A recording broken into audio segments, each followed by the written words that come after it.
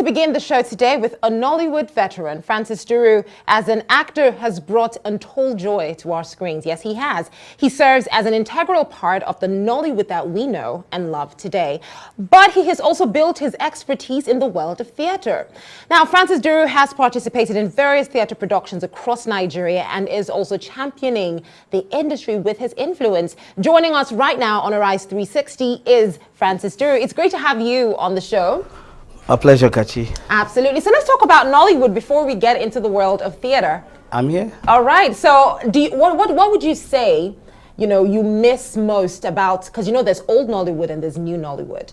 What would you say you miss most about it? First and foremost, I strongly refuse to identify with the concept of old Nollywood and new Nollywood. In all fairness, I want to say whoever is coming up with that is just coming with some level of vindictiveness and inability to appreciate the great work people have done. No structure thrives without a foundation. Okay. And so the foundation of everything is key. Now, in the course of time, there's evolution. Things begin to change. Society is dynamic. And changes must reflect societal times. I started my career with a Super VHS camera, moved to U-matic, to Betacam, and so on and on and on. So for me, that process itself is vintage. It's so great. So I think Nollywood as an industry, you cannot talk about today without talking about yesterday. And if we are going to talk about tomorrow, there must be an eclectic, combination of that process. So it's uncalled for. It's uncalled for. There should, in fact, there's a leverage. The so-called new are leveraging on what people labored, when it was all about passion. And so for every good reason, you need to respect that foundation and constantly appreciate it. It's a matter of ingratitude. So basically, what is that synergy that's now linking the two? Because when I say old and new, you have to agree, there's been evolution. A lot has changed. Yes. A lot, you just mentioned the passion, for instance, for the work. You just mentioned the quality of the footage. Some would even mention the stories that were being told at that time are different from what you see now. So in that context, what would you say the difference is between then and now? It's a difference in time. At the time those things were shot, those equipments, those stories were just more or less, directly proportional to the sociological, influences at that time. So they were unique. I remember when we did Eva. Eva was so unique. We shot with Betacam. Betacam was the ultimate camera then. Okay. So we moved to this particular time that we have technology has come to stay. And whether you like it or not, it cuts across every sphere of life. So it's complementary, one to the other, dovetailing, fluidity where this society dumps it. But again, like you rightly said, if there's anything we miss, is the passion. Yeah. Because then the passion drove what you did. Yes, we had good stories. Yeah. Artists were so committed to the art, not to the act. There's a difference of being committed to the act than being committed to the art. The art of the act is what built the industry. And those who were part and parcel of it, like us, we are still very much relevant. Of course. Of course. I was thinking back, there's this movie you did. I actually don't remember. It's such an old film, but that movie, I can never forget it. I'll tell you what happened in yours. Now you make me look very old. No. It isn't. But it is not a recent film. Okay. So, Omotala Jolade was in it. You were a soldier. And you killed her family. It's not even old. Total War, Final War. That movie, right? How long ago was it? It's not up to 10 years. Oh, that's a while. No, but again, it's I mean, look at you here. How long ago? I mean, this is one of your movies. How long ago was this one? Now, this one was like almost like 15 years ago. Exactly. But you see, these stories, this particular movie, I think this movie is The Good Husband, if I'm not mistaken. Yes, or My Girlfriend. Yeah, something on that nature. Yeah. And that one, you see, that movie, if you did that movie today, when we look at the insurgency in Nigeria and the difficulty that especially people in the north can relate to, that movie is something that is still as golden as ever. Yeah. So when you look back on stories like that you did, do you ever feel like, you know what, I'm just going to bring them back and just remake them? Yeah, no, we're working. Like, you know, I want to respect those who have taken out time to recall those movies and do them in different dimensions with so much respect to the titles. Yeah. For obvious commercial reasons, I don't want to get into that. But again, you see, when you do that, it means you respect the forte on which the industry stood. Yeah. And recalling that, you know. But like you rightly said, then I tell you the truth, passion was key. If you didn't have passion, you are a misfit.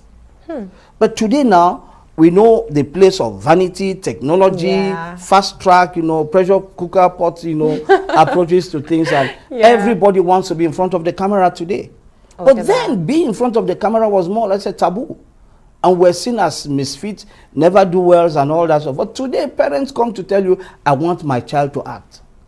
Today, people want to have visibility.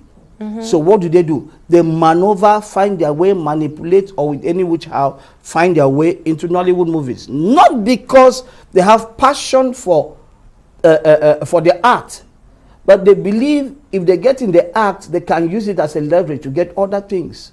So it's a totally different dimension. I know. You know what? We have to take a quick break, but I want us to talk about this when we return. Some would say that then passion was key, but how much value was placed on these actors? Whereas now it looks like everybody probably just wants to be in that space, even if they're not passionate, because there's such a huge value being placed on it. It's like you have to, you're this superstar that everybody wants to be and everybody appreciates and everybody is just marveled by. But let's take that quick break, and when we get back to the show, of course, we will be speaking about, you know, this situation, as well as Francis Duru in theater, which is a big deal right now. Stay with us, we'll be right back.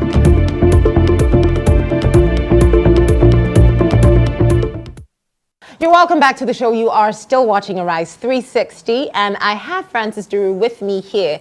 Now, while we were on the break, he said something that really touched me. I was watching The Making of the King of Boys, right? Yeah. And Shola Sobowale said when she was trying to get into a very significant role, it wasn't just coming. No. And then, just like you said, 10 minutes before, she just took a break, and when she came in, it was like she was a different person. So that is something you can definitely relate to, the art of just becoming somebody else when you step into a new role. Yeah. You remember I said something, the act and the art.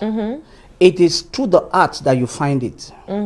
Anything you do without a thorough definition of what you want to do, you grope in the dark. But you see, in this one, finding the character is deep. So the actor prepares, and when the actor prepares, you go deep. It's a psychological problem. Sometimes you have multiple dimensions, different characters growing, but you need just one. And sometimes it comes just at the nick of time. The moment they say action, it propels everything, and pop, you're out there. Like I always tell people, that is just like, you know, giving childbirth. The moment they say push, the child comes out. The same thing. When you hear action, it's like that push. Every other thing has to wait. And that is where the art of acting is. Interesting. When you are, you know too well that there is a process to find it. And you are aware of that process. And you're going through that process. Different things come up. So what my big sister Shola said is very right. You find it. It's not easy. Would you say that's the same thing that happens with theater? Because then theater is live. So how would you relate that to having to do it live on stage? Well, first and foremost, I'm a product of theater. Yeah. Live theater is life to me. It's the same thing. Now watch out. There are beautiful, great actors and actresses. But you see, the actor who actually got into acting through theater has tremendous opportunities in terms of characterization. Is key. And so for the actor, you must find it deeper. Deeper because you're on stage, it's an instamatic thing. It's a one take, one time, one moment. The audience is there. No opportunity for you to make mistakes. Yep. So your level of concentration is so high and your workload so high. So you need to be there in your elements to make sure you protect yourself from you. When I say protecting yourself from you, sometimes you may just lose it because the character gets so overwhelming and you are so deep that you can't come out. You know, so sometimes you may overact. Yeah, that happens. Yes. So for theater, it's a it is a religious thing. You must subtext interpretation. The one we are doing now, the Philomena we are doing now, we take out a day for rehearsals. You're not going on stage to know the is you say, because the word, the phrase is a complete happening that has a beginning and end. So if you miss it, you mislead the entire communication process in it. So you need to be deeper. You need to, like, your mental reflexes, everything, no distraction. For 2 days, we just stayed on reading the lines to catch the meaning. But you say in front of the camera, you may do a take 2, a take 3. Yeah. But here you need to tell, you do not mislead, you know, the audience. So theater is key. Theater is life. You know, the first time I saw your production was during the pandemic, interestingly, when there was the car theater. People sat in their cars. Driving theater. Driving theater, thank you. That happened at Silverbird. And it started raining, and your team still put on a fantastic show. So that reminds me of the passion that you speak of. But with what you're trying to do now with Philomena, there's definitely a huge difference, you would say, between working within the pandemic when there was the lockdown and everyone had to stay indoors, and working now that you can actually go outside. Of course. How would you, what's the difference? The difference is simply this. Every genre in theater per se manifested out of an experiment. Okay. You know, you cannot extract theater outside real life. So what you saw in the pandemic, the drive-in theater, was an experimental thing. We had that in music. Yeah. But in the drive-in theater, don't forget, the audience was totally distanced. And instead of having applause, car horns were doing the stuff and the headlamps, you know, flashing. Yeah. So for me, as an actor, there was an opportunity to learn something new. The challenge was there. The rains came, removed everything. It's that passion that keeps you going on. The show must go on. And what we hear is that die after the show. Some of us had very bad falls in the dark and everything. But at the end of the day, you don't feel the pain until after the production you realize that you have a cut and you say, how did I get this? But you see, for Philomena, it's a totally different experience. That's the religiosity behind presenting a stage play, your rehearsals. Now we're getting to Port Harcourt. Now it's a totally different ball game. All the elements will be there, the crowd, the music, lights. You see that you may be going back almost like, you know, 80% back into starting anew because some things will change. So for that one is the discipline. But you see, the truth about theater thrives more or less in discipline. You must adhere to those disciplines. And for Philomena, we're privileged to have a great man, big man, Bimbo Manuel, who is a theater addict. Yeah. So line by line, precept by precept, word for word, the inflections you're having in a word, what it means, and if you have the wrong inflection, it will, like, you know, convey something totally different. So for Philomena, it's a phenomenon. I know, I'm excited about it. It's been buzzing all over social media, especially because of how star-studded it is. You know, it has Mona Lisa Chinda in it. It has Ejike Asiegbu. It has a lot Charles Inoje, Clarissa, you know. And I'm just thinking to myself, this is good. I mean, this is going to be... Why Port Harcourt though? I'm kind of jealous. You see, Port Harcourt is purely a sentimental thing and deliberate. Okay. Coming back home. For who now? Even for all of us, coincidentally. Okay. But first and foremost for the writer. Bimbo Manuel finished from University of Port Harcourt, Red Theatre Arts. Mona Lisa, University of Port Harcourt, Theatre Arts. Myself, Charles Inoje, Kesa, all of us. But Bimbo schooled there, and there was a reason for him. He has always had this thing about Port Harcourt by virtue of the fact that, you know, that was a growing place for him. And for all of us. Then coincidentally, the cast, I asked him a question. Did you deliberately choose actors from University of Port Harcourt? And he said no. That was after the choice of the casting that he now realized. He said he chose each one for their peculiarities and their uniqueness. Yeah. Now you watch out that it strings up. There's nobody who went to University of Port Harcourt who will not go to that discipline, that doctrine of mastering your act. You know, the principles, the way you roll the words, the way you say them, your blockings and all that. So for us now, it's like a coming home thing. Therefore, River State, Port Harcourt too, coming back home, it used to be a place where theater flourished. The garden used to be. Yes, the garden moments, those days from 1989 till around before the kidnapping thing started happening, you know.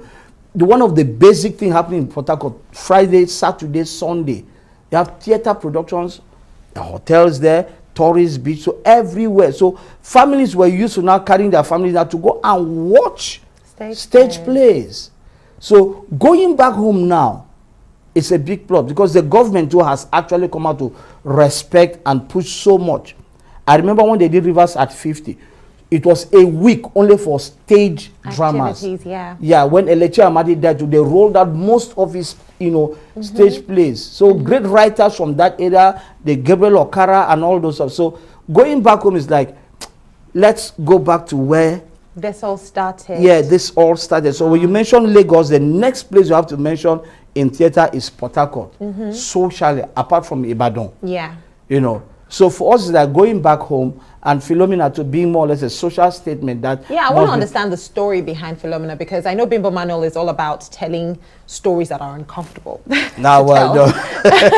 Stories that people don't be like, oh, well, I'm just going to take a break from that. Let's do something else. So what is this story about? No, in fact, I just love the first time I read the story from the first page, I never dropped it. It's a social commentary. Okay. It's a merge of different, you know, genres, you know, various times in history. And I told him, you know, we could see bits of Olarotimi, we could see bits of Atomila in Olarotimi in Holding Talks, Atomila in the Death of a Salesman. We could see diversions. So Philomena is all about three characters who are frustrated in their own ways, trying, you know, striving to thrive, but at the end of the day, life gets deeper. They begin to seek redemption in their own ways. For Philomena, her case was more a case of getting pregnant at a younger age, not receiving love from any man, from one place to the other until she ends up in a place where she's selling food and begins to do runs to get other girls from men, and she became a big time, you know, a Scarlet Lady. Yeah. So at the end of the day, she opens a bar, and that bar becomes a place where people come to vent, you know, to ease out. Yeah. You know, low-minded humans, you know, patronizing Philomena is a shortcut for you to just come and ease off tension. Yeah. Drink your beer, you take a pepper soup there. Ah, that would be very funny. Yeah. I can imagine Charles Inoje easing himself up. Now, I think that would be hilarious. I wonder what he would say. Now for Charles Inoje, he's a philosopher. Yeah. First degree, second degree, PhD in view, but things got so tough. He couldn't, ended up as a school teacher. Yet even being a school teacher is being owed so much. And how do you define like more or less an existentiality, you know, and where I just need to like, you know, survive. I get that. I get that. We're looking forward to it, quite honestly. Francis Duru, this has been quite an interesting conversation. We're looking forward to this stage play in Port Harcourt. It's happening sometime in February around Valentine's 11, Day. 12, 13, 14. Yeah, so we cannot wait for it. And congratulations.